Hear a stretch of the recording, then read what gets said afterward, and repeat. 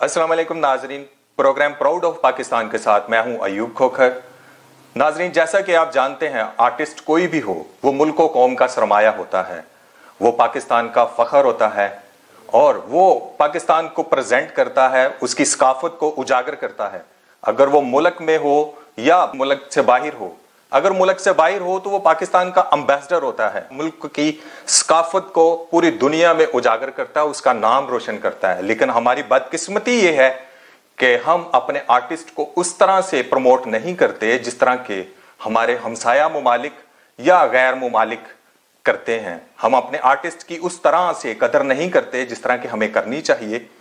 आज proud of Pakistan के अंदर हमने ऐसा ही एक पाकिस्तान का प्राउड उनको दावत दी है, जनाब खादम हुसैन साहब को, जो कि एक नामवर राइटर हैं, सिंगर हैं और कंपोजर हैं। उन्होंने मुल्क पाकिस्तान के लिए बहुत से नगमे लिखे हैं, बहुत से मेलोडीज बुनाई हैं और बहुत से गाने गाए हैं। आज हम उनसे बातचीत करते हैं और जानते हैं कि उन्होंने ये काम कब, कैसे और क्यों स्टार्ट किया। अस्सलाम वालेकुम। वालेकुम सलाम। Welcome to the show. Thank you. अच्छा, सबसे पहले तो आप मुझे ये बताइएगा कि आप सिंगर हैं, राइटर हैं, कंपोजर हैं। आपने ये काम म्यूजिक इंडस्ट्री में कब आए और कैसे आए और क्यों आए? बचपन में मैं गुनगुनाता था, बचपन में ही। तो जो प्रॉपर है, जो मैं आया, मेरा सॉन्ग था लाहौर लाहौर है। मैं गाता था तो किसी ने मुझे कहा कि मेरे दोस्त थे, उन्होंने कहा जी आप तारिक ताफुज से मिले।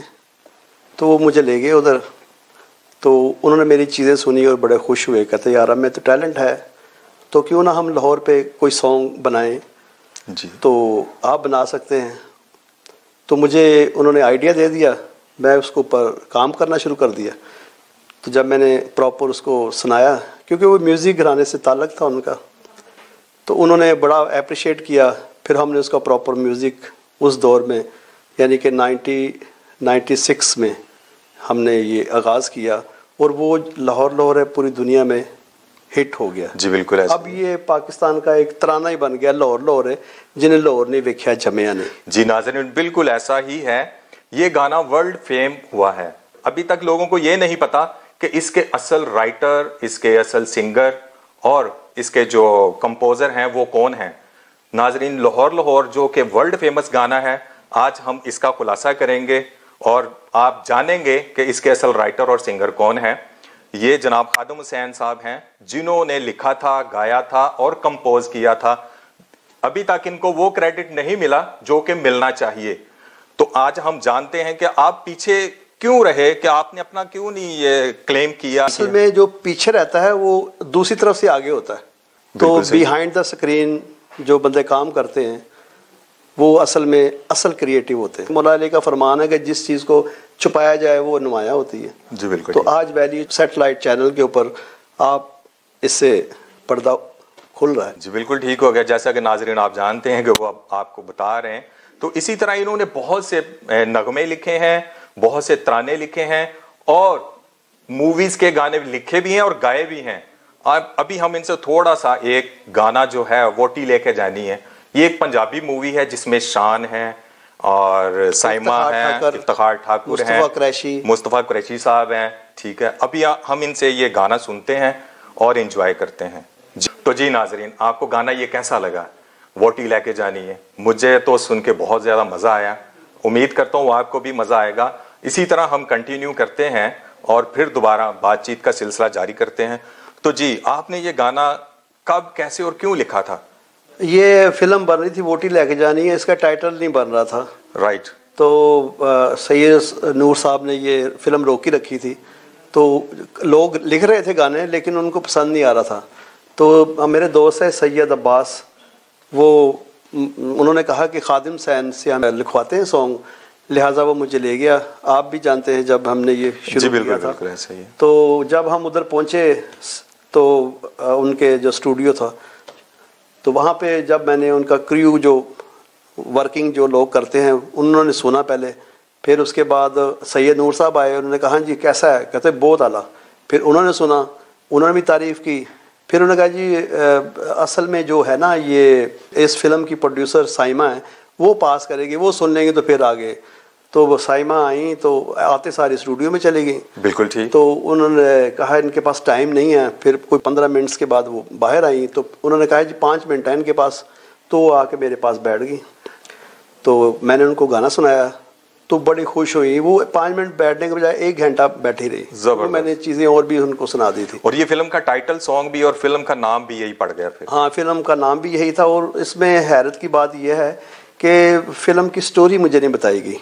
जी बिल्कुल। कि उसमें ये हुआ होता है कि स्टोरी बोर्ड बताया जाता है कि आपने ऐसे से, मैंने सिर्फ नाम से ही वो गाना लिखा और एक एक लफ्ज उसके ऊपर फिट आ रहा था। एक क्यू बस उन्होंने आपको दिया और आपने उसके ऊपर 1 लाइन दी, वोटी लेके जानी बस। जी बिल्कुल। इसी तरह आपने बहुत सी और भी गाने लिखे हुए हैं। मैंने आपके पहले गाने बहुत ज्यादा सुने हुए हैं और शायरी भी पढ़ी हुई है और सुनी भी हुई है। तो पहले जो आपकी शायरी का स्टाइल था वो अभी के गानों के साथ मैं कंपैरिजन करता हूं तो वो उस तरह का नहीं, आपने बहुत ज्यादा चेंज आ गया है। अब आप अदबी शायरी लिखना शुरू हो गए हैं और अदबी गाने लिखना शुरू हो गए हैं। इसकी के पीछे क्या राज है? राज ये है कि पहले जो गाने लिखे जाते थे, जो मैं काम करता था, वो कमर्शियल सॉन्ग होते थे। बिल्कुल ठीक है। जैसे वारिस बे का लिखा तेरी जुल्फ दा कुंडल खंजर, थोड़ा सा गुनगुना दें तो। तेरी जुल्फ दा कुंडल खंजर जेड़ा चुभया दिल दे अंदर, तेरी जुल्फ दा कुंडल खंजर जेड़ा चुभया दिल दे अंदर, गया चीर चीर होई पीड़ पीड़ जदों वेखी सूरत सुंदर, तेरी जुल्फ दा कुंडल खंजर जेड़ा चुभया दिल दे अंदर। ये गाना वारिस बेग साहब को बड़ा पसंद आया तो वो कहते मैं इसको रिकॉर्ड करूँगा। मैं कर लो, दोस्त थे मेरे। तो इंडिया में गए, उन्होंने म्यूज़िक बनाया और मलाइका अरोड़ा इसकी मॉडल है। ये ऑलरेडी ये बड़ा फेम हुआ है और नेट के ऊपर यूट्यूब पे पड़ा हुआ है। ये फिल्म का सॉन्ग है या कमर्शियल सॉन्ग है? ये कमर्शियल सॉन्ग उन्होंने अपने लिए किया था। अच्छा। तो ये बड़ा अप्रिशिएट हुआ। तो उसके बाद मेरी शायरी के अंदर मैंने चेंजिंग मैं खुद नहीं लाया, डिमांड के ऊपर ये होता था। क्योंकि पहली आपकी जितनी भी वो शायरी हम सुनते हैं, गाने सुनते हैं, तो वो बड़े चिट चैट, वो फनी हैं, वो फंकी हैं। और अभी की तो टोटली शायरी आपकी चेंज है। अभी जो बड़ी अदबो अदाब के साथ। हाँ, जो आपने वोटी लाके सुना, ये असल में फिल्म है एक मरासी और राणा राजपूत इनके ऊपर बनी हुई है। सही। तो इसमें बताया गया है कि जात पात कुछ नहीं होती, एंड के ऊपर इसका ये रिजल्ट है। ये सारी कॉमेडी है। तो फिर मैंने उसके मुताबिक शायरी की। तो जाहिर है कि जो सिचुएशन हो है उसके ऊपर शायरी करनी पड़ती है। सही। फिर मैंने जब चेंजिंग आई, OST किए। टर्की के 2 ड्रामे हैं, नबील शौकत मेरे बच्चे ही हैं समझ लो हमारे। तो वो जितना भी लिरिक्स के काम होते हैं मुझसे लिखवाते हैं। अभी तक आपने OST कितने लिख दिए हैं? अभी तो मैंने शुरू ही किया है। जैसे आपने कहा शायरी में चेंजिंग आ गई। जी बिल्कुल, मैंने सुने अभी। हाँ जी। उससे पहले नबील शौकत इंडिया विन करके आए थे। सही। उससे पहले उसके सिंगर हैं। हाँ, उससे पहले भी वो उन्होंने गाना मैंने बना के दिया था, जीत लो इस मैदान को, ऊंचा करो वतन की शान को। ये लाहौर कलंदर मैं बता रहा हूँ सर, आस उधर ही आ रहा हूँ। तो जब वो इंडिया से वापस आए तो उन्होंने कहा भी वो तो जो गाने गाए थे वो तो गाए हुए थे गाने, लेकिन फिर उन्होंने हम प्रॉपर उन्होंने सॉन्ग बनाया। तो मैंने उनका सॉन्ग लिखा, तेनू तकिया बिना नी दिल राजदा ते महल्ले विच कूच ना करी। बहुत फेमस सॉन्ग है आपका। तो ये भी काफी हिट हुआ। ये भी अगर आप हमें थोड़ा सा, नाज़रीन हम इनसे रिक्वेस्ट करते हैं कि थोड़ा सा गुनगुना दें तो मजा आ जाएगा। हाँ, मैं सुनाता हूँ। तेनू तकिया बिना नी दिल रजदा मुहल्ले विचों कूच ना करी, देवा वास्ता हो बीबा सोने रब दा मुहल्ले विचों कूच ना करी, तेनू तकिया बिना नहीं दिल रजदा, तेनू तकिया बिना नहीं दिल रजदा मुहल्ले विचों कूच ना करी, देवा वास्ता हबीबा सोने रब दा मुहल्ले विचों कूच ना करी। जबरदस्त, ऑसम, जबरदस्त। ये कौन से ड्रामा सीरियल का है? ये पर्सनल सॉन्ग है। ये कमर्शियल सॉन्ग है? हाँ जी। OST कौन से हैं? OST भी बताता हूँ मैं, उनके एक लिंक साथ। फिर उन्होंने हिट हुआ तो अगला गाना उन्होंने मुझसे लिखाया, आंदा जांदा सानू नजर आवे उंज भावें रुसिया रवे। ये भी कमर्शियल सॉन्ग है और नबील शौकत ने गाया है। हाँ, ये भी नबील शौकत ने गाया था। फिर नबील शौकत ने कहा यार हम आजकल कर रहे हैं OST, उनको पहला OST मिला तो उन्होंने कहा जी ये टर्की के थे। ठीक है। तो उन्होंने सिलेक्शन की कि खादिम सैन जो इस वक्त बड़ा अच्छा काम कर रहे हैं, तो उधर से मैंने अपनी चेंजिंग की है। OST आतिश इश्क, जीने की वजह, ये टर्की की है।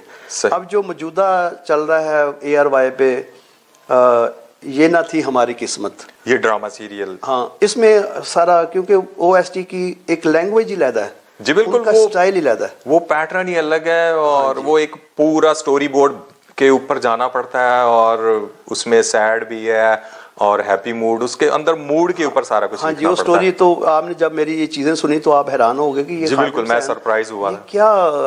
तो वो अदब की तरफ। उसके अलावा भी मैंने कलाम इकबाल के ऊपर भी मैंने काम किया है जी। और सारा आपको पता ही है कि उनकी अब एनिमेशन वीडियो भी आ गई हैं कि नई जनरेशन को हमने बताना है कि इकबाल की शायरी और उसका व्यू क्या है, तसव्वुर क्या है, खुद ही क्या है। पहले हम थोड़ा सा OST को ही थोड़ा क्लियर कर लें। अभी तक आपने कितने OST लिख दिए हैं? मैंने हाँ तकरीबन अभी 3 OST लिखे हैं, जिसमें एक है जीने की वजह और आतिश इश्क और ये ना थी हमारी किस्मत जो प्रेजेंट चल रहा है।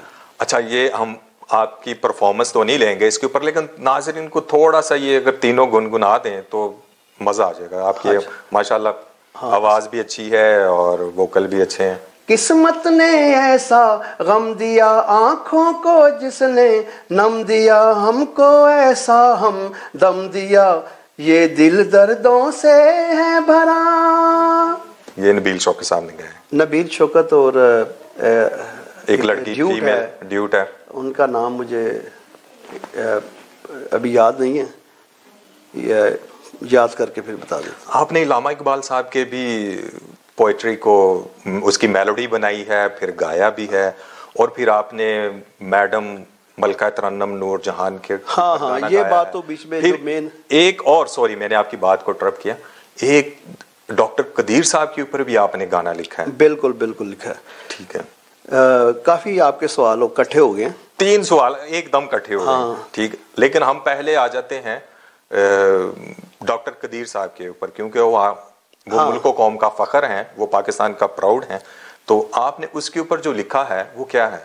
वो मैंने डॉक्टर कदीर खान साहब के इतनी खिदमात हैं, बहुत बड़ा नाम है, और मैं समझता हूँ कि ये मेरे हिस्से में आया एजाज़ कि मैंने उनके शायरी की ईवान इकबाल में उसको परफॉर्मेंस किया, और उनकी बेटी है दीना खान जी, उन्होंने फिर अपने फादर की बुक्स मुझे दी, जिसका नाम था दास्ताने अज़म। ये टाइटल बुक का? हाँ जी, बुक का।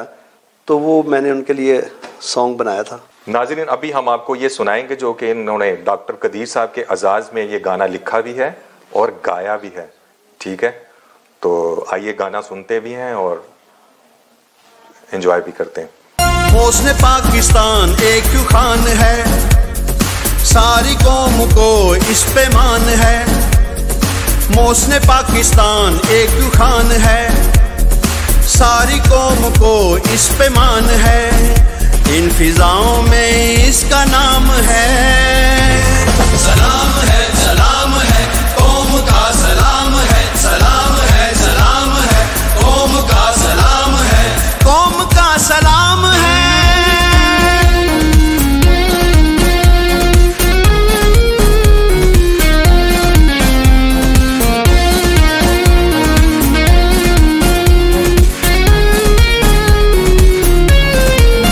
एहसान अपनी कौम पर कर चले, नाम मुल्क का बुलंद कर चले। ये बिजली बन के दुश्मनों पे गिर पड़े, फिदा ये अपनी जान इस पे कर चले, फिदा ये अपनी जान इस पे कर चले। हमारा दिल है ये हमारी जान है, रगों में दौड़ता है खून जवान है, दिलों में इसका बहुत एहतराम है। सलाम है, सलाम है, कौम का सलाम है, सलाम है, सलाम है, कौम का सलाम है, कौम का सलाम है। तो जी नाजरीन, अभी आपने एंथम ऑफ डॉक्टर कदीर साहब सुना, ये पाकिस्तान का प्राउड हैं और हमेशा रहेंगे। अभी ये हम में मौजूद नहीं, लेकिन इनका जो दिया हुआ तोहफा है हमारे लिए, ये मुल्क और कौम के लिए, ये हमेशा हमारे साथ रहेगा, हमेशा हमारे दिलों में रहेगा। अभी हम बातों का सिलसिला फिर दोबारा से कंटिन्यू करते हैं। अच्छा, आपने पाकिस्तान की सकाफत के लिए बहुत कुछ लिखा है, पाकिस्तान की सकाफत के ऊपर, पाकिस्तान के शहरों के ऊपर बहुत से गाने लिखे हुए हैं। देखो जी, मैंने तो पाकिस्तान की जो सकाफत है उसको उजागर करने की कोशिश की, लेकिन नुमाया वैल्यू ने किया। जैसे लाहौर के बाद मेरा एक दोस्त पठान था, वो कहता यारा हमारे पे पेशावर में भी लिखो। तो मैंने कहा ठीक है लिख दूंगा, लेकिन उसमें नस्वार तो डालनी पड़ेगी। ओ नहीं अल्लाह ये बात ना करना। मैं कहा डालूंगा, ये कल्चर है, नस्वार तो कल्चर है। बिल्कुल। तो फिर वो मैंने बनाया, उनका था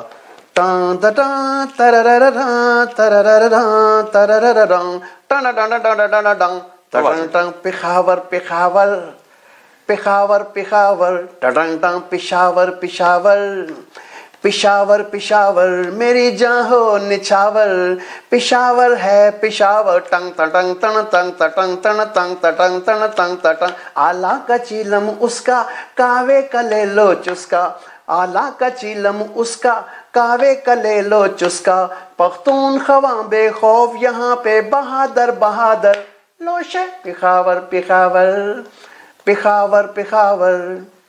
ये सॉन्ग था। और जिस शेर में मैंने नस्वार डाली थी वो ये था कि तन तंग तंग तन तंग तंग तन तंग तंग तंग तंग तंग तन तंग तंग तन तंग तंग तन तंग तंग तन पिस्ता बादाम खस्ता नस्वार भी है सस्ता, पिस्ता बादाम खस्ता नस्वार भी है सस्ता, मिलती है हर चीज यहाँ पर गर हो जेब करेंसी, बंदूक कलाशन कोव के माहिर यहाँ पे बड़ा जंसी, मेहमान नवाजी दुनिया भर में इनकी बड़ी है मानी, असूल के सच्चे वादे पक्के इनकी रीत पुरानी, ना डरते ना झुकते दिल में अल्लाह का है डर, लोशे पिशावर पिशावर पिशावर पिशावर तटंग तंग। औसम, जबरदस्त। अच्छा, इसी तरह आपने मैडम नूरजहां के ऊपर भी एक सॉन्ग लिखा है जो कि 15 लोग सिंगर्स ने गाया है। हाँ जी, लेजेंड कहें, यानी कि उस वक़्त मैडम नूरजहां बीमार थी, तो तारिक ताफो और मैं उस वक़्त इकट्ठे काम भी कर रहे थे। सही। तो अदबी शायरी करनी थी, तो उन्होंने कहा खादिम सैनी करेंगे। तो उसका बोल हैं मलका तरन्नुम नूरजहां तेरा ना सानी कोई यहाँ, जिए तू हमेशा जिए रहे तू हमेशा रहे। तो इसमें लेजेंड सिंगर जो पहली लाइन कह रहे हैं, हमारे लिए ये बहुत एजाज़ है। हिंदुस्तान पाकिस्तान में अभी ये इंडिया में भी ये काम नहीं हुआ जो कि हमने इधर किया मैडम नूरजहां के एजाज़ में। पहली लाइन कह रहे हैं मेहंदी हसन, दूसरी लाइन कह रहे हैं ग़ुलाम अली, ज़िले हुमा, अताउल्लाह ईसा खेलवी, फरिया परवेज़, महानाज, शौकत अली और तकरीबन यानी कि जितने भी इस गाने को सिंगर्स ने, जितने भी सिंगर्स ने इस गाने को गाया वो सारे के सारे लेजेंड हैं। हाँ जी। उन्होंने मैडम नूरजहां इसका जो म्यूजिक है सिम्फनी म्यूजिक है, इसके अंदर वायलिन ने हर एक चीज़ लाइव बनी। और अताउल्लाह ईसा खेलवी का स्टूडियो था, सही, रोज़ना पाकिस्तान, तो उन्होंने सारा इंतज़ाम किया था और एक डिनर दिया था जिसमें सारे आर्टिस्ट आए थे। और ये इजाद मुझे हासिल है जिसका म्यूज़िक तारिक ताफो ने बनाया था और उनकी फैमिली में एक लेजेंड मास्टरपीस है, ये आप ज़रूर सुनिए। तो जी नाजरीन, अभी वक्त हुआ जा रहा है कि जिसको तो चाय बनानी आती है ठीक है, जिसको चाय नहीं बनानी आती, आज हम एक तरीका सीखेंगे कि चाय कैसे बनती है। वो चाय का तरीका ये गा के परफॉर्म करके हमें सुनाएंगे। तो जी नाजरीन, हम यहाँ इनसे रिक्वेस्ट करेंगे कि हमें चाय बनाने का तरीका सिखाएं, चाय कैसे बनती है। क्योंकि आपका मैंने गाना सुना है, पहले पानी पकदा, पहले पानी पकदा, फिर पत्ती पकदी, पक पक के होंदी काली शाह, दूध पाया ते बन गई चाह। ये जरा काइंडली लोगों को बता दें कि चाय कैसे बनती है। पहले पानी पकदा, फिर पत्ती पकदी, पहले पानी पकदा, फिर पत्ती पकदी, पक पक के होंदी काली शाह, सारे कहंदे पक गई चाह चाह। पहले पानी पकदा, पकड़ी हाँ पत्ती पकड़ी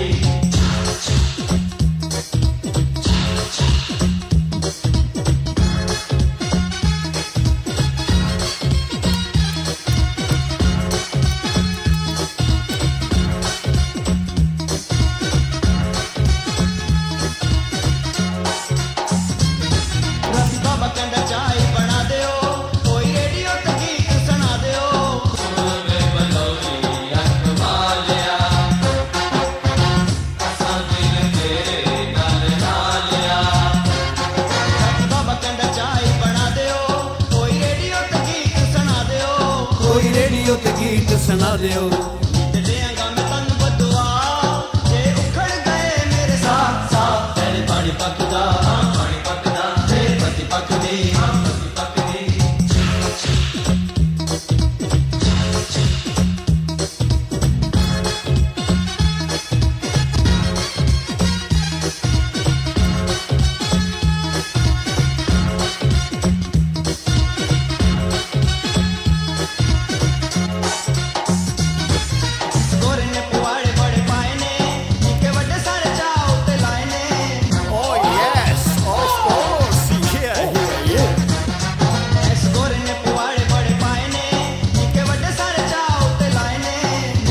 सारे चाव पिलाए ने समझ के पीने दवा ये लबे तेंदा नहीं सा सा पहले पानी पकदा फिर पत्ती पकदी पत्ती पकदी।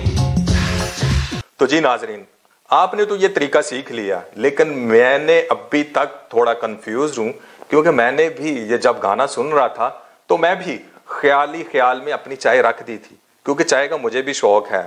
मगर एक चीज से मैं अभी भी कंफ्यूज हूं कि चाय तो इन्होंने बनाने का तरीका सिखाया, मगर उसमें दूध कैसे डालना ये नहीं सिखाया। तो आइए इनसे पूछते हैं कि दूध भी डालना है और वो कैसे डालना है। जी सर।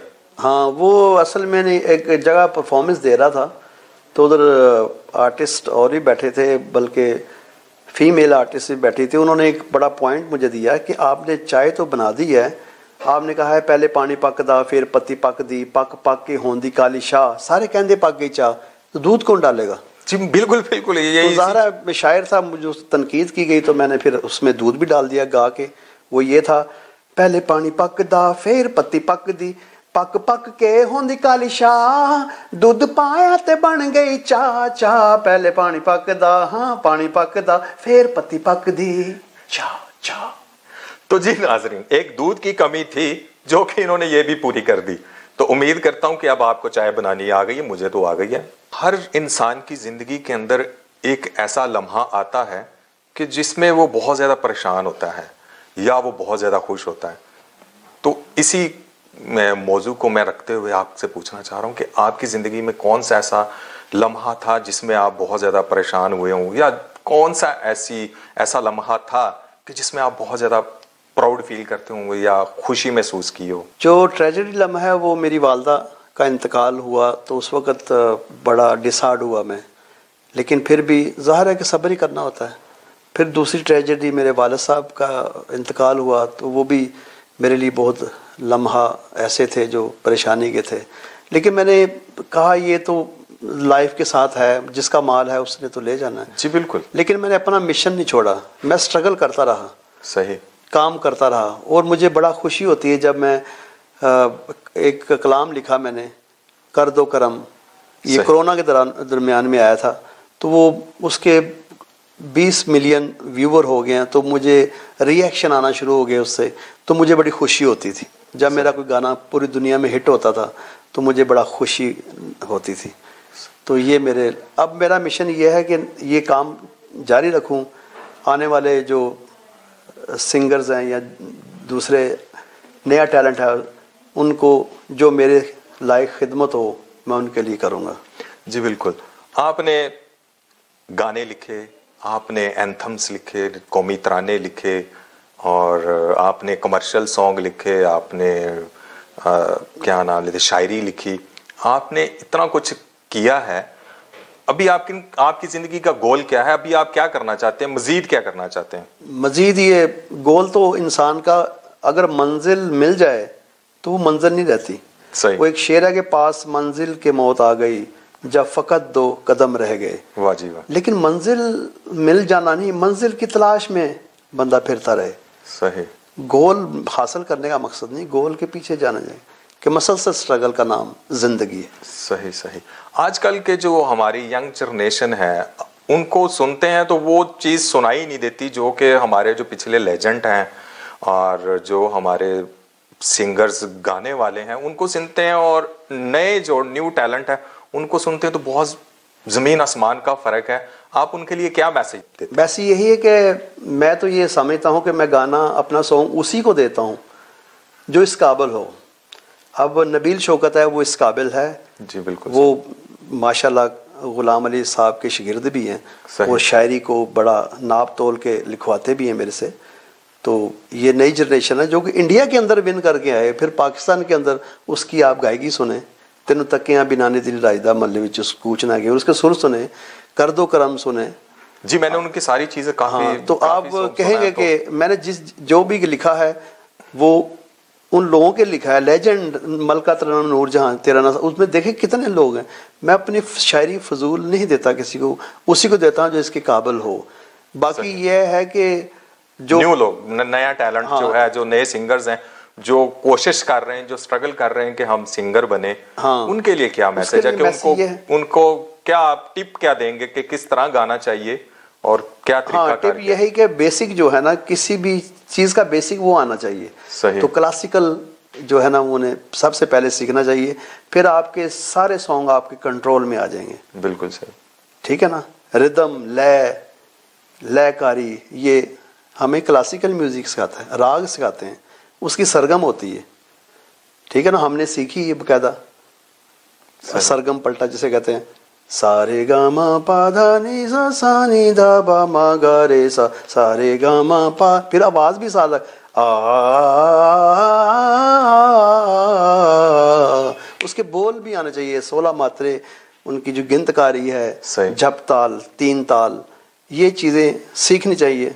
वगरना गाना तो फिर ये भी कहता है कि गाना ये भी क्या मना भी करता है, गाना। हाँ, ये उनके लिए जो ऐसे ही बस जो गुनगुनाते हैं और बस कहते हैं जी हम सिंगर बन गए, ऐसा नहीं है। ये प्रॉपर एक सीखना पड़ता है और इसके साथ ही सीख के गाना भी पड़ता है। अच्छा, हमने स्टार्ट में एक जिक्र किया था, ये वर्ल्ड फेमस गाना, उसके राइटर हैं, उसके कंपोजर हैं, उसके सिंगर हैं, लौर लौर है। तो अभी हम इनसे ये, क्योंकि बातों का सिलसिला तो हम जारी नहीं रख सकते क्योंकि वक्त की कमी है, तो लेकिन एक चीज हम इनसे लाजमी रिक्वेस्ट करेंगे कि ये हमें लाहौर गाना लाजम सुनाएं, क्योंकि उसके बगैर तो वाकई लाहौर वाले लाहौरिये नहीं है। ठीक है, सुनाएंगे अभी आपको, क्योंकि लाहौर मेरा बेसिक है और मुझे फ़ख्र है कि मैंने लाहौर पे लिखा, और जो पाकिस्तान का दिल है, और हमने दिल को पकड़ा और पूरी दुनिया में हिट हुआ।